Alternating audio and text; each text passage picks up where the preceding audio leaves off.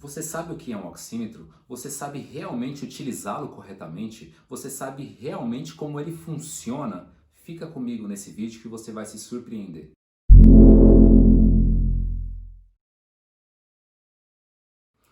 O oxímetro ou saturímetro, como ele também é conhecido, é um aparelho que avalia como está a qualidade da respiração de uma pessoa. Ele analisa a quantidade de oxigênio que está presente na corrente sanguínea daquela pessoa. Com isso, nós conseguimos identificar, por exemplo, se aquela pessoa tem alguma deficiência nas trocas gasosas nos pulmões ou se ela apresenta algum outro problema, como por exemplo, uma possível hemorragia interna. Agora eu vou te falar algo que eu tenho quase certeza que você não sabe. O oxímetro ele funciona através da espectrofotometria ou absorptividade molar. Legal, mas o que são isso? Essas nada mais são do que leis. Na verdade, os criadores dessas leis foram Pierre Boger em 1729 e em 1760 Johann Heinrich Lambert deu continuidade nesses estudos e em 1852 August Beer também continuou os estudos a respeito dessa lei. Essas leis ficaram conhecidas como Lei de Lambert-Beer ou Lei de Bogart-Lambert-Beer. Essas leis nada mais são do que o estudo que analisa a absorção de luz através de algum material. Esse aqui é o oxímetro. Ele tem um emissor e um receptor, na qual esse emissor ele vai emitir um feixe de luz vermelha e infravermelha, que vai ultrapassar o dedo e vai chegar até o receptor.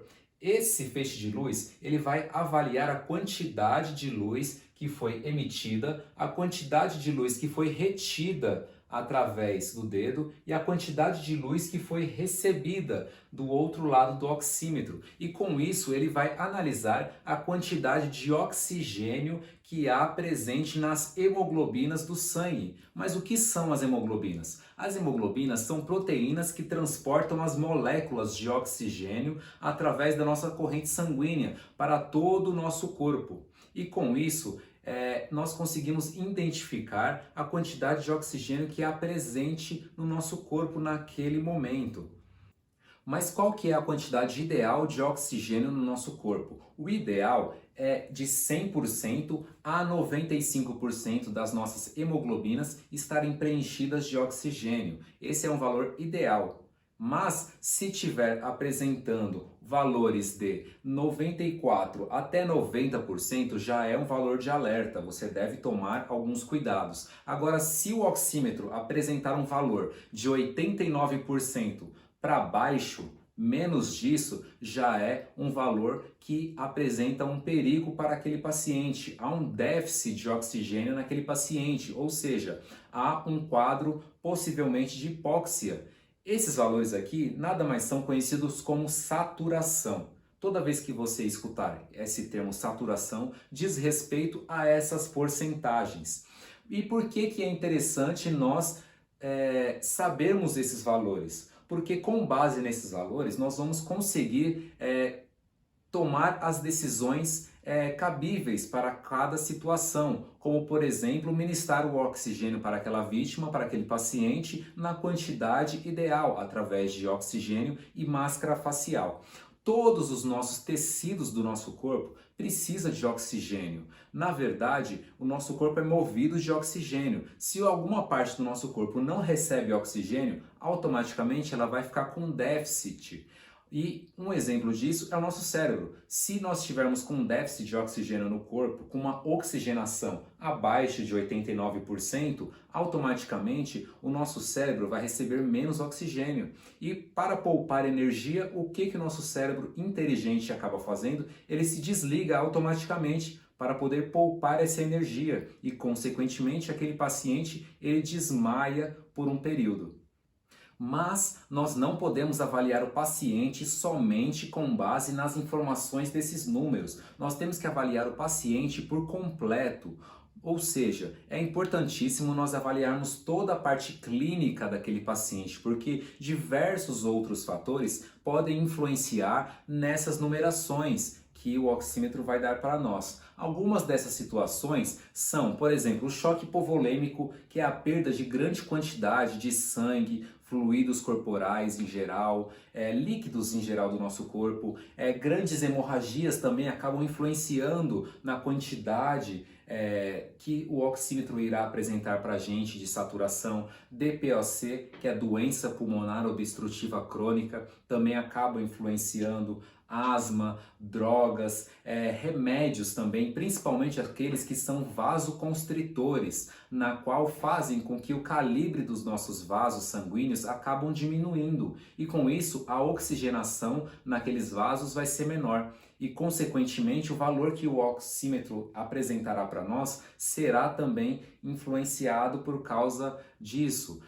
O frio também acaba causando vasoconstrição e também pode influenciar nesses valores, doenças vasculares, altitude, dentre diversos outros fatores. Por isso a importância de nós fazermos uma boa anamnese com esse paciente. O que é anamnese? Anamnese nada mais é do que aquela entrevista que nós fazemos com o paciente para poder levantar o máximo de informações possíveis daquele paciente, principalmente da parte clínica dele. Todas essas informações são importantíssimas para saber como o socorrista, como o médico, a enfermeira ou o cuidador, ou seja, qualquer um que fizer uso dessas informações é importantíssimo para saber como agir em cada situação. O oxímetro, ele atesta a Covid-19? Resposta: não, ele não atesta a Covid-19. Ele até identifica a causa que é da maioria das mortes de Covid-19, que é a insuficiência respiratória. Ele vai apresentar valores baixos de oxigenação, de saturação e, consequentemente, esse é um dos fatores que mais mata pelo Covid-19. Mas esses valores por si só não caracterizam que aquela paciente e tem um Covid-19. Na verdade, nós temos que avaliar o paciente por completo, avaliar todos os sinais, sintomas, porque esses valores, como eu disse anteriormente, podem ser influenciados por outras doenças e outros fatores que também podem influenciar nesses valores, ou seja, ele não atesta Covid-19. Aplicativos de celulares que aferem a saturação funcionam de verdade? Na verdade, até o presente momento da gravação desse vídeo, não há nenhuma certificação válida, não há nenhum certificado validado que comprove a eficácia de aplicativos, ou seja, nenhum órgão de saúde atestou até o presente momento que aplicativos de celulares funcionam. Na verdade, o oxímetro, ele, como dito anteriormente, ele tem luzes vermelha e infravermelha, na qual aferem a saturação daquele paciente adequadamente. O celular nada mais faz do que usar o flash, a lanterna do celular para fazer essa aferição, na qual não é uma aferição exata. Ou seja, ele precisa ter uma quantidade exata de nanômetros, esses flashes de luz vermelha e infravermelha, na qual o celular não tem essa quantidade exata. Ou seja, até o presente momento, eles não são validados por órgãos de saúde como aferidores oficiais de saturação. Como saber qual oxímetro comprar? Na verdade, um oxímetro ele tem que ter certificação, ou seja, ele tem que ter registro na Anvisa e demais órgãos de especificação, na qual ele tem que ser validado por esses órgãos específicos, principalmente se ele for importado.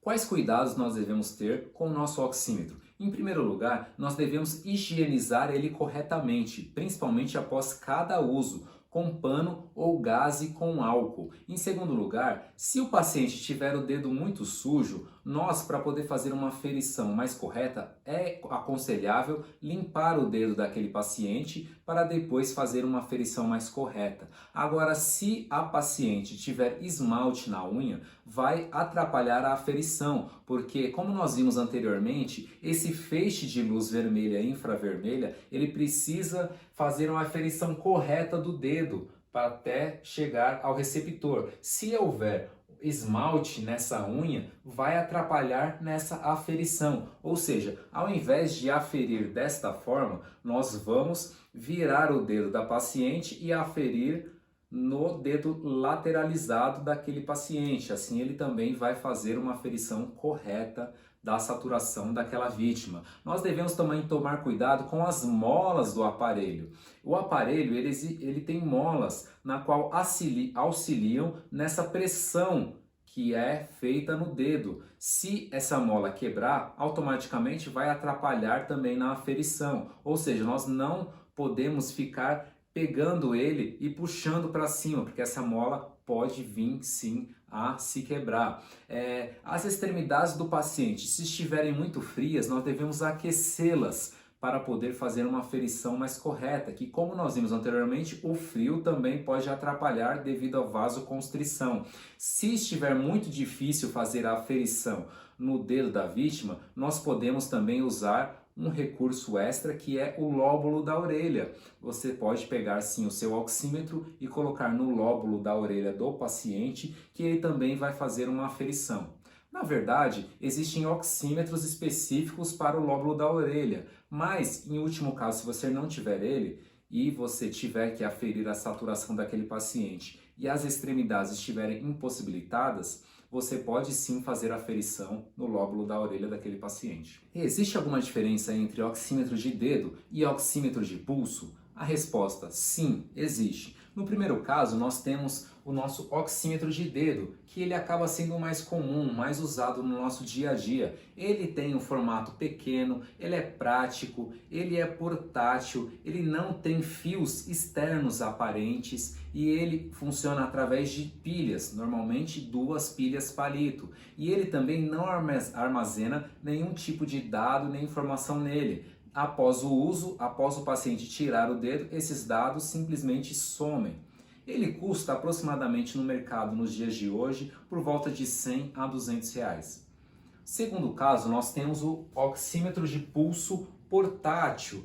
Ele já é um pouco mais diferente do que o de dedo. Por quê? Porque ele sim armazena dados daquele paciente. E também ele pode transmitir esses dados para um computador. Ele tem alarmes quando o paciente apresentar a saturação baixa, ou quando a bateria estiver acabando, ou quando estiver havendo uma má leitura do equipamento da saturação daquele paciente. Ele vai emitir luzes e alarmes para poder avisar que há alguma coisa errada ali. E ele tem uma bateria que acaba durando um pouco mais de tempo. Ele custa por volta de R$ 2.500 a R$ 3.500 nos dias de hoje, ou seja, ele é bem mais caro do que o de dedo. Nós temos uma terceira opção, que é o oxímetro de pulso de mesa. Ele é um pouco mais completo do que o portátil. Na verdade, ele tem todas as funções do portátil, mas ele é mais usado por profissionais da saúde e também para profissionais que precisam de uma monitorização contínua daquele paciente. Ele é mais utilizado em hospitais, em clínicas, e esses pacientes acabam tendo um suporte maior com esse oxímetro, porque ele é de longa duração, a bateria dele dura muito mais tempo e, consequentemente, ele é muito mais caro. Ele, hoje, no mercado, está custando por volta de R$ 3.500 até R$ 6.000 e até mais do que isso, dependendo da marca e dependendo se é importado, se não é. Esse aqui é o oxímetro de dedo. Na maioria das versões vem com um cordão para colocar no pescoço, é muito prático para quem é profissional da saúde e precisa estar aferindo constantemente pacientes, já fica no pescoço direto. Tem uma case também, onde você pode guardar o seu equipamento, proteger ele, e o ideal é vir com um manual, é o correto, para você saber como funciona o seu oxímetro especialmente, porque existem várias marcas no mercado. Ele tem 2 pilhas palito, tem que ter as especificações necessárias, os órgãos competentes. Ele tem uma molinha aqui no meio dele, onde auxilia nessa pressão no dedo. E ele tem aqui o emissor de feixe de luz vermelho e infravermelho, e na parte de baixo ele tem o receptor.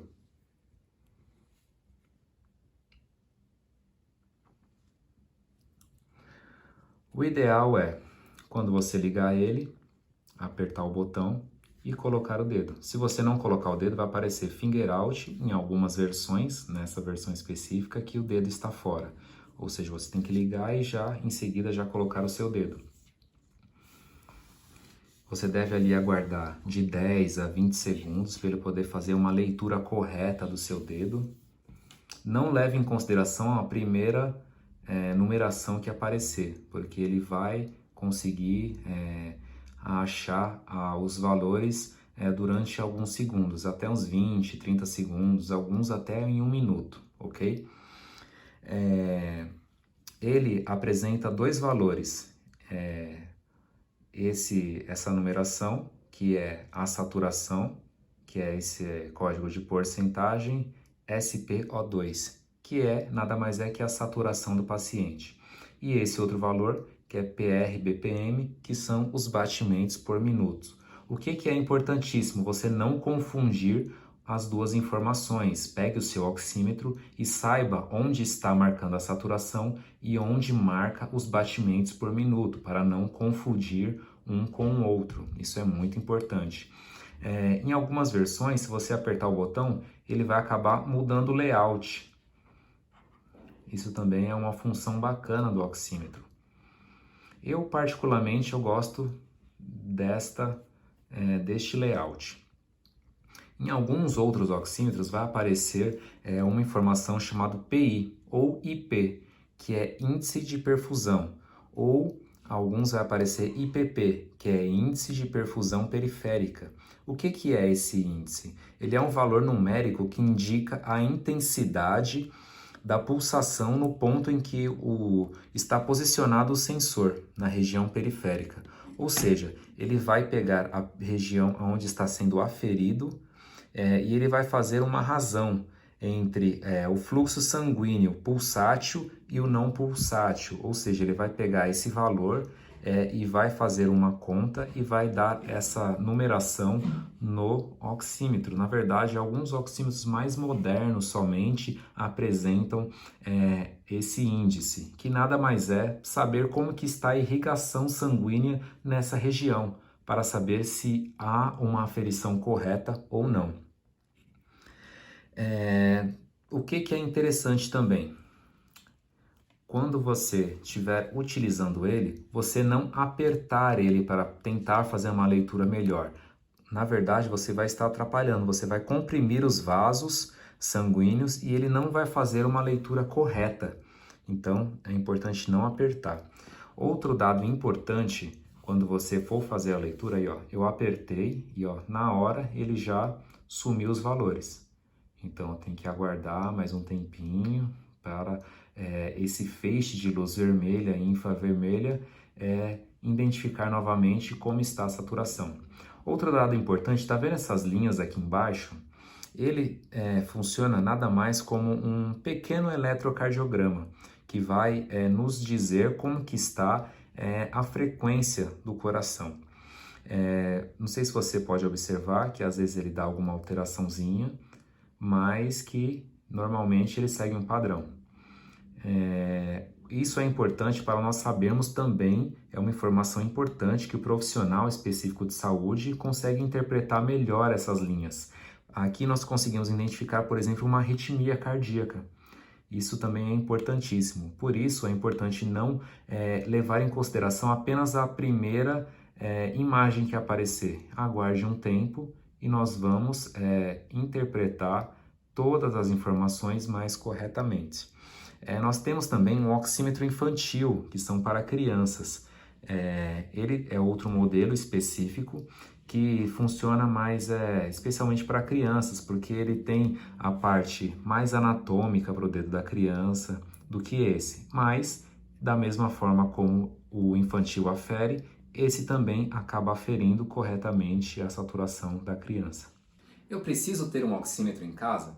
Na verdade, eu acho interessante, mas ele é mais interessante, mais viável para profissionais da área de urgência, emergência, cuidadores de idosos e profissionais da saúde em geral, principalmente pessoas que trabalham com grupos de risco. Lembrando que não é apenas ver o número que aparece no visor, nós temos que interpretar, saber interpretar esses números, levando em consideração toda a parte clínica daquele paciente, e com isso nós vamos saber como agir de uma forma mais correta. Ou seja, se você quiser ter um oxímetro em casa, é legal, eu acho bom, mas não leve à risca apenas a numeração que aparecerá aqui. Nós temos que ir muito mais além que isso. Por isso, profissionais da saúde são muito mais gabaritados para poder dar um diagnóstico melhor para esse paciente.